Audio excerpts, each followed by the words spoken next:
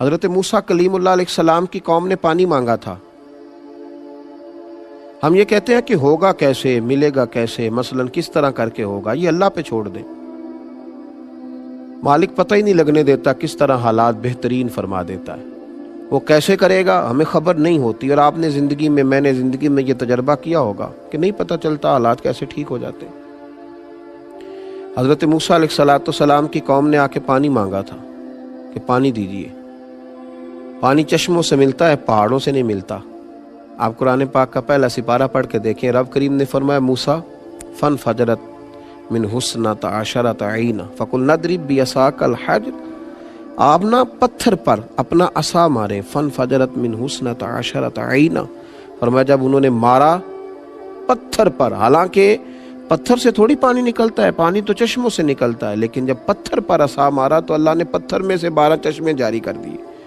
کیونکہ حضرت موسیٰ کا یقین مضبوط تھا. انہوں نے یہ نہیں کہا تھا کہ یا اللہ پتھر سے پانی کیسے نکلے گا، پانی تو چشموں سے نکلتا ہے. تو دریا کا پتہ بتا، تو جھیل کی خبر دے. اللہ نے کہہ دیا کہ پتھر پر عصا مارے تو پانی نکل آئے گا. تو جناب موسیٰ نے پتھر پر عصا مار دیا. انہوں نے مارا ایک عصا، ایک ضرب لگائی تو چشمے کتنے نکلے؟ 12. اس کا معنی یہ ہے کہ اپنے یقین کامل سے تو ایک چشمہ لینے جائے گا تو اللہ تجھے یقین کامل کی برکت سے 12 عطا فرمائے گا. اللہ 12 دے گا. شرط کیا ہے؟ یقین مضبوط ہو، ایمان مضبوط ہو. حضرت موسیٰ علیہ السلام جب فرعون کے جادوگروں کے مقابلے میں آئے تھے تو وہ تو بڑے بڑے اژدہے لے کے آئے تھے. آج بھی ہمیں کہا جاتا ہے نا کہ ایٹم بم سے مقابلہ کرنا ہے آپ نے بڑی تو آپ کو بڑی منصوبہ بندی کرنی پڑے گی. تو میرے بھائی وہ بڑے بڑے اژدہے لے کے آئے تھے، بڑا کچھ لے کر کے آئے تھے. اللہ کریم نے حضرت موسیٰ علیہ السلام سے کہا کہ آپ اپنا عصا ڈال دیجئے. اب عقل تو نہیں نہ تسلیم کرتی کہ ایک ڈنڈے کو، وہ بھی مارنا نہیں سانپوں کو، بس پھینک دیں آپ، تو سانپوں کو کیسے مقابلہ کرے گا؟ لیکن مفسرین نے لکھا ہے کہ وہ حضرت موسیٰ کا یقین کامل تھا. ان کے دل میں ایک دفعہ بھی شک نہیں آیا کہ یہ عصا میرا سانپوں کا مقابلہ کیسے کرے گا. انہوں نے عصا ڈال دیا تو اللہ نے سب سے بڑا اژدہا بنا دیا اور وہ سارے سانپوں کو نگل گیا. یقین کی دولت پیدا کریں. کمزوریوں نے ہمیں کمزور کر دیا.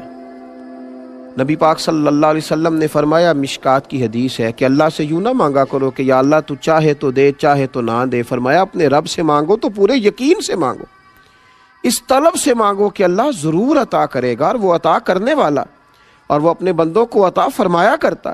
تم ذوق سے مانگو، شوق سے مانگو، دلچسپی سے مانگو.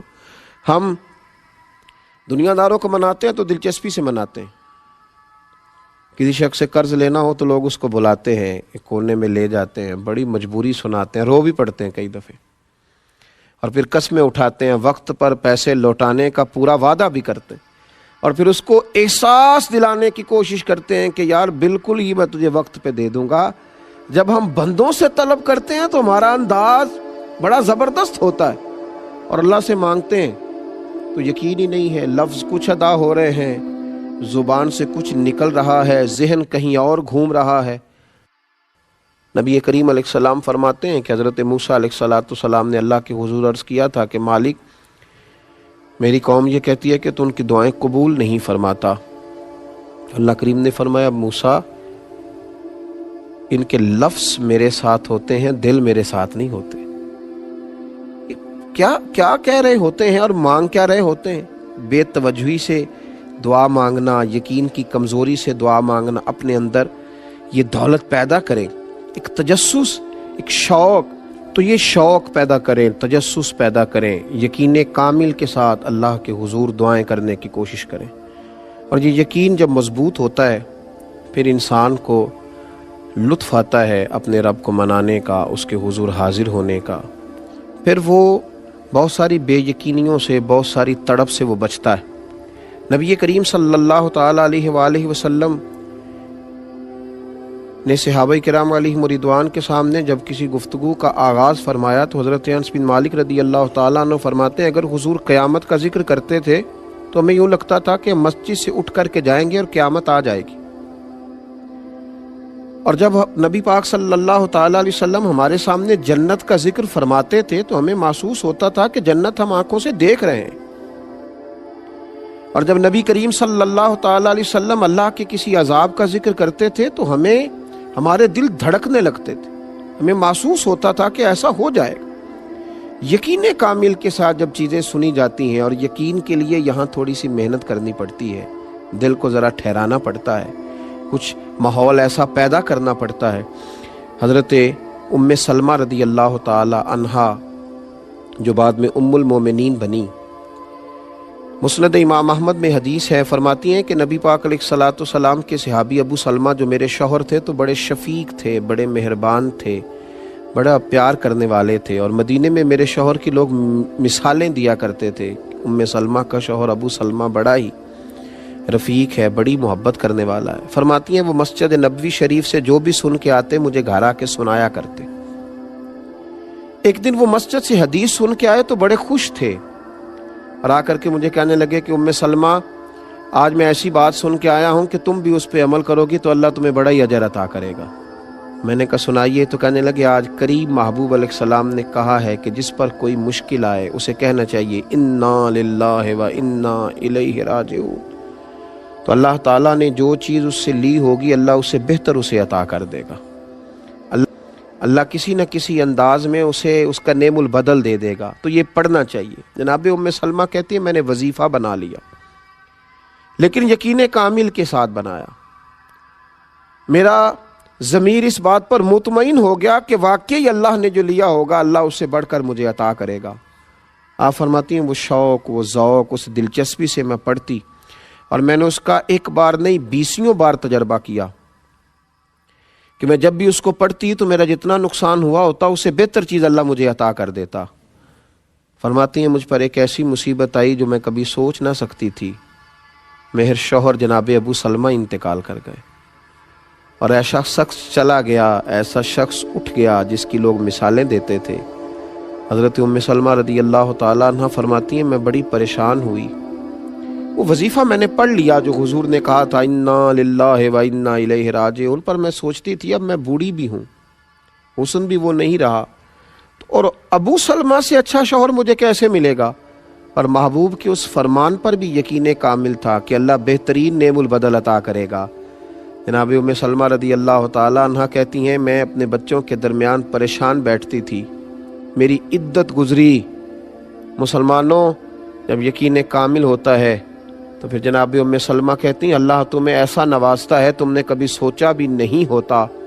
آپ فرماتی ہیں کہ میرے گھر میں اتنا بڑا اعزاز مجھے ملا کہ خود اللہ کے محبوب علیہ السلام تشریف لائے۔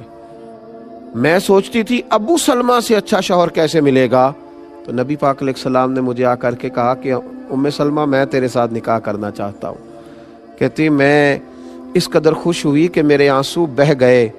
میں نے کہا کہ محبوب کی بات پر یقین کامل نے مجھے اتنا نواز دیا کہ میں کہتی تھی ابو سلمہ سے اچھا شوہر کیسے ملے گا، اور رب کریم نے مجھے ساری کائنات سے اچھا شوہر عطا کر دیا۔ حضرت ام سلمہ کہتی ہیں میں نے عرض کی یا رسول اللہ صلی اللہ علیہ وسلم میں بوڑھی بھی ہوں، کوئی زیادہ خوبصورت بھی نہیں، حضور میں کوئی خدمت نہیں کر سکتی، تو یہ شفقتیں، تو حضور نے فرمایا بس میں تمہیں اور تیرے بچوں کو سہارا دینا چاہتا ہوں۔ تو آپ فرماتی ہیں میرے یقین کامل نے مجھے مومنوں کی ماں بنا دیا ہے، میرے یقین کامل نے، اعتماد کی مضبوطی۔ جب جنگ احد ہو رہی تھی نا تو کفار نے ایک افواہ یہ پھیلا دی تھی کہ نبی پاک علیہ السلام کو شہید کر دیا گیا، اور یہ ایک بہت بڑی سازش کی تھی قریش مکہ نے، چونکہ اس سے مسلمانوں کے حوصلے ٹوٹ گئے۔ ان کا خیال تھا کہ اب ان کے یقین میں کمزوری آئے گی، صحابہ کچھ بکھر گئے، کچھ ذہن بکھر گئے۔ حضور علیہ الصلوۃ والسلام کی شہادت کی خبر نے لوگوں کو کمزور کر دیا۔ حضرت انس بن نضر رضی اللہ تعالیٰ عنہ جناب انس بن مالک کے چچا تھے، حضرت عمر فاروق سے ملے، احد کے میدان میں جنگ ہو رہی تھی، تو جناب عمر کہتے ہیں اس شخص نے اتنا یقین کامل والا فکرہ بولا کہ لوگوں کی سوچیں بدل گیا۔ کہنے لگے عمر حضور شہید ہو گئے؟ تو میں نے کہا خبر تو میں نے بھی سنی ہے۔ تو کہا عمر یہ جو جنت کا پہاڑ ہے نا اس کے قریب سے مجھے جنت کی خوشبو آ رہی ہے، جنت دور نہیں ہے، میرا یقین یہ کہتا ہے کہ جنت بالکل قریب ہے، خوشبو آ رہی ہے، آؤ چلیں اور چل کے جنت کی اس خوشبو کو حاصل کریں۔ حضرت عمر کہتے ہیں کہ جب انہوں نے کہا نا جنت کی خوشبو آ رہی ہے تو میں نے توجہ کی تو واقعی خوشبوئیں آ رہی۔ اس کا مطلب ہے یقین کامل ہو تو جنت کی خوشبوئیں دنیا میں بھی نصیب ہو جاتی ہیں، شرط یہ ہے